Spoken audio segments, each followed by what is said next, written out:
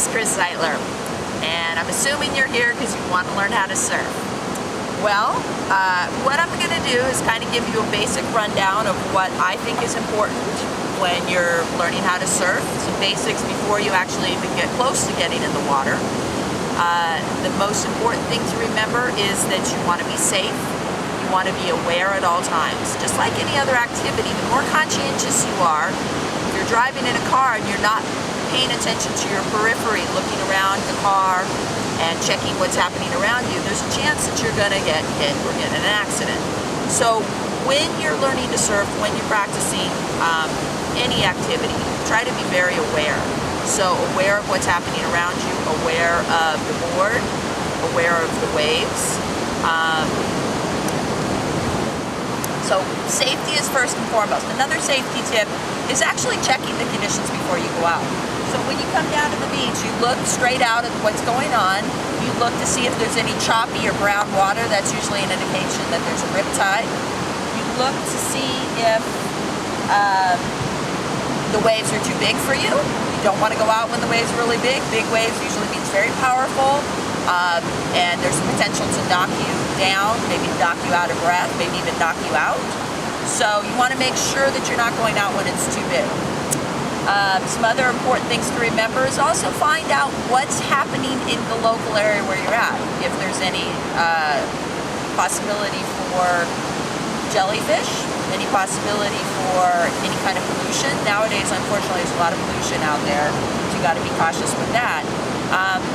But if you check with the lifeguard or even the local weather service, sometimes they'll have information. I call the city beach guards usually in the morning to find out what's happening.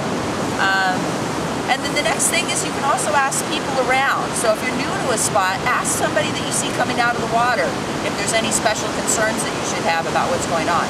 Remember, the more information you have when you do any activity, especially surfing, the safer it's going to be. So that's safety. We're going to take a break for a moment. Come back. Okay, so one of the key components of learning how to surf is making sure that you're comfortable in the water. So I want you to actually look at the ocean when you get to the beach and see what the conditions look like. If the conditions look scary, if it looks too big, or perhaps you just feel like it might be not the right day for you because it's stormy.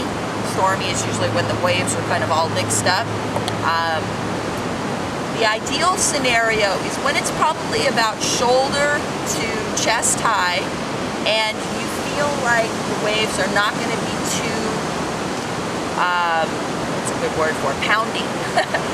For the most part, we look for a higher tide because when the tide is high, the waves roll in more gently. So I highly recommend high tide for most places. I also recommend a beach break where the sand bottom is a lot more forgiving than reefs or rocks. If you do need to go to a place that's only got rocks or reefs, just be more conscientious about the bottom, because if you pearl, which is when your nose goes down into the water, your feet go up in the air, and you go diving for pearls, you actually have a much greater potential for getting hurt because there's obviously a hard bottom. Sand, unfortunately, is not the most pleasant thing to end up on your head in, but it's usually not as dangerous. So be conscientious if you have to surf on a reef or a rock bottom, that when you fall, and everybody does, that you try to protect yourself from the bottom. Usually when it's a soft sand surface, you only have to worry about protecting yourself from your board. And on that note, remember the safest way to protect yourself is one hand over the face, one hand over the head to protect your two most critical places of your body.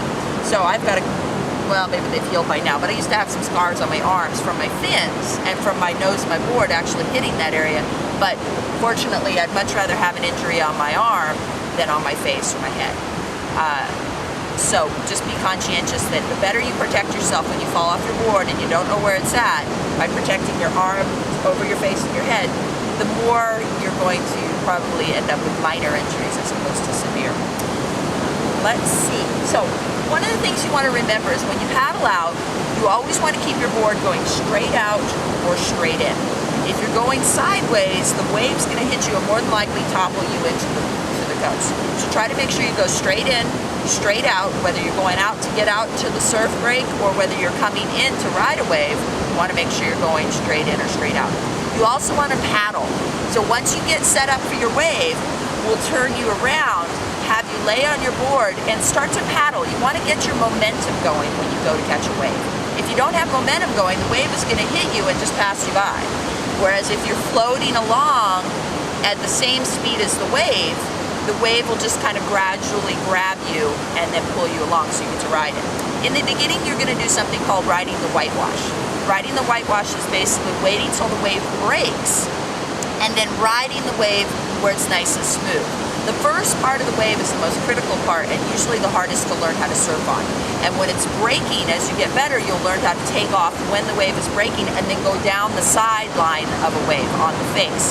But in the beginning, just to practice standing up and getting your balance, it's best to actually take off after the wave is broken. And what I call it is that there's this place where it breaks and then there's a big bounce. And if you've ever been out body surfing or swimming, you'll notice right after a wave breaks, there's a big explosion of water and whitewash. So what you want to do is wait until that bounce has happened and the water's exploded and moved, and then it calms down. And then your whitewash, which will be pushing you along, will be much softer. So what I do is I try to stay just inside of where the waves are breaking.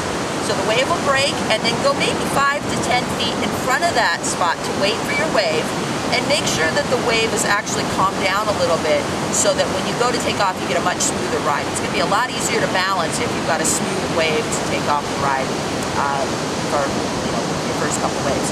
As you get better, your instructor will help you get more and more comfortable moving out farther and farther and maybe learning how to ride face waves. But in the beginning, just focus on learning how to manage your board, learning how to feel comfortable on the board. And remember, one of the things that you strive to do is get your position on your board correct. So when you look at this board, this is a short board. You're not going to probably be riding a short board right off the bat. With surfing, the shorter the more advanced it is. If you can imagine standing on something very small in the water, it's going to be a lot more difficult than if you have something big. My favorite teaching board is called Door, and it's a huge 10'6" board. And it basically is like trying to surf on a door because it's so stable and so big that almost everybody learns how to surf within a couple of waves on that board. For a small board, and I'm just going to demonstrate because it's easier to show you on this board, you're going to basically try to get your stance turned sideways along the stringer, which is the middle point of the board, and your feet about 2.5, maybe 3 feet apart. 2 if you're real small. But basically you want your feet spread apart and your knees bent so that you can balance. If you're standing up straight and your feet are together, you're gonna be a lot more unsteady. If you think about just standing on the ground, if your feet are together and you're standing up tall, it's a little less easy to balance than if you've got your legs firmly planted and your knees bent. Think about football players when they stand to guard for the offensive line, they're actually bending their knees, they're getting ready for to receive the impact. So to some degree we're doing the same thing. We're ready to receive the impact of the wave. We're also just getting a strong, steady stance. So bending the knees, typically when people first learn, they turn their feet to face forward. So both feet are facing forward on the board and they don't bend their knees. So they're kind of standing like this and it's very wobbly. As soon as you turn to the side and plant your feet bending the knees, you're gonna have a much more stable stance and probably a better experience on your first couple of waves. The other thing to remember is you don't want to stand too far back on the board or too far forward. We'll show you a little later where on the longboards to stand, but for the most part, you want to be a little bit towards the back, so maybe the back third of the board, but not so far back that the nose shoots up in the air like popping a wheelie. So you're going to have yourself on the back part of the board for the most part, with the feet separated. So on a short board, my back foot is going to be about on this traction pad, and my front foot is going to be up here a little ways, like I said, about 2 to 3 feet apart, and my knees bent. So between that position on the short board and the position on the long board, you're finding the ideal, I call it the sweet spot, on the board where you feel like you can get the most balance. The board's not tipping down, which is what we call purling. The board's not popping a wheelie, which is where you're pushing so much water, your board just ultimately ends up stopping because you have so much resistance. You want to be gliding on top of the surface of the water. So you want to be in the middle of the board, a little bit on the back end of it, because if you come up too far on the board, I guarantee you will end up purling, which is basically diving for pearls. When you're on the front end of the board, you'll all do this probably at least a couple times before you figure out how not to do it. You're going to set back so that if the board starts to go down, you don't lean into it. And that's another key factor. When you go to paddle, you can also paddle and purl. So when you're paddling, make sure there's about this much space between the nose of your board and the water's surface. So I call it the 3-inch rule. If your board doesn't have about 3 inches from the surface of the water, it's going to connect to the water and actually probably get grabbed by the surface of the water and pull you down into a purling motion. So try to stay with your board just enough that you can get maybe 3 to 4 or 5 inches of the nose of your board off the surface of the water, depending on how much scoop there is in the nose. And then that'll keep you from purling. There won't be that grab. So even when you're paddling, there should be that amount of surface area between, or the space between the surface area of the water and the top or bottom of your nose.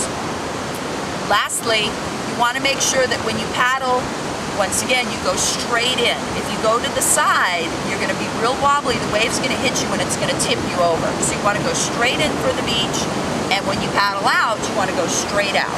That way you can kind of cut through the waves as opposed to going straight in, getting toppled from side to side.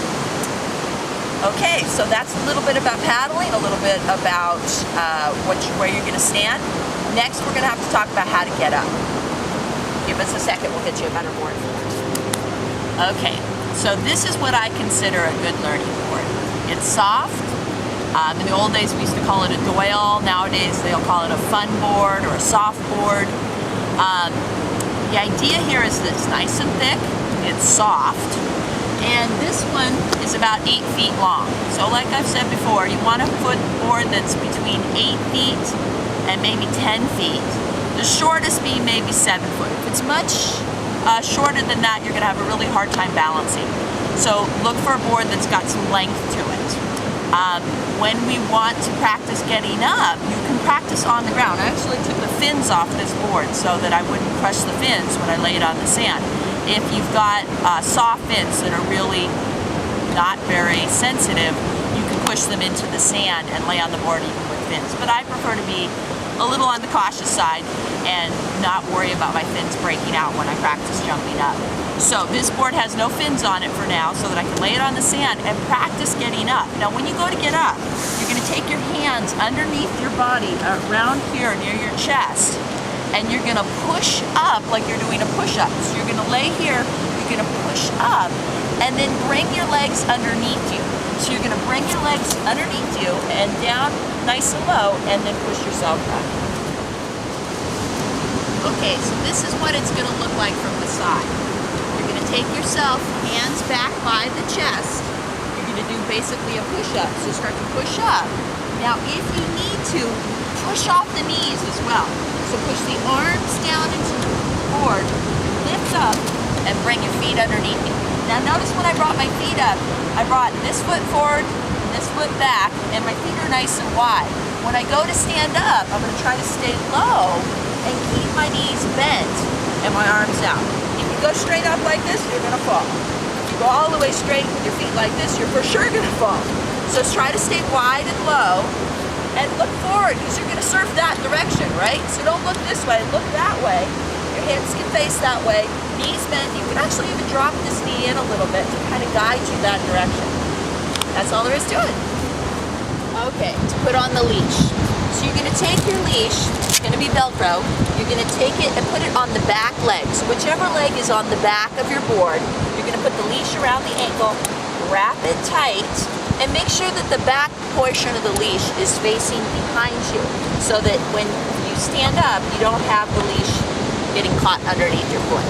So turn the leash to face back, tighten it very securely to the leg, and you're off. So here we're going to look at a couple of different boards. The one on my left is a short board. It's a 6'2", maybe a 6'1", sorry, I can't remember. Short board with 3 fins, and the one on the right is actually a long board. Much better for learning. The longer the board is, the easier it's going to be for you to learn. The soft board is also more conducive to learning because if you happen to get bonked by your board, you don't end up cracking things or breaking things. The advantage of the short board is basically as you get more accomplished on your board, you will have the ability to maneuver better. You will have the ease to dive underneath the waves as opposed to having to throw the board over the top of the wave or trying to turtle dive, which is something you may get to see later when we get in the water. But basically it's a little easier to maneuver, it's a little easier to turn and handle in the water. Whereas the board that's got some length is going to be much more stable. So when you go to take off on waves, you actually have the ability to balance better. So start with a long board and work your way down as you feel more and more comfortable. This is a thruster. So this is a board that has 3 fins. So you can see the 3 fins here. It also typically is on a short board. Nowadays they're actually making 3-fin or tri-fin longboards, which make them a little more maneuverable. But for the most part, a tri-fin is on a short board, and it's designed to make the board a little bit more loose than if you only had a single fin. On the basics on this board, this is called the rail. It's the side of the board. This is called the deck. That's the part you stand on. That's also the part you put the wax on. This is actually called track top. And track top or a traction pad is designed to actually take the place of wax. So you wouldn't wax this. It's just so that when you put your back foot on the board, you've got a little more padding. This is called the tail, and the part up here that you can't really see is called the nose. And okay, so the deck, the rails, the tail, the nose, the leash, the track top if you like it. Some people don't like it. It can actually mess up your knees. And the bottom of the board and the fins. So that's the basics of the board. So there you have it. That's your introduction to surfing. I hope that you enjoyed it. A quick review on how to get up. That's our most important part once you get to the beach. You might practice at home. Take your hands next to your body. Once you've paddled into the right position, place them on the board. Do a little push up. Bring your feet to the side. Keep your knees bent. Remember, if you stay low and don't straighten your legs, you'll balance better. If you keep your feet apart, you'll balance better. Look to the front where you're going and have a good time. See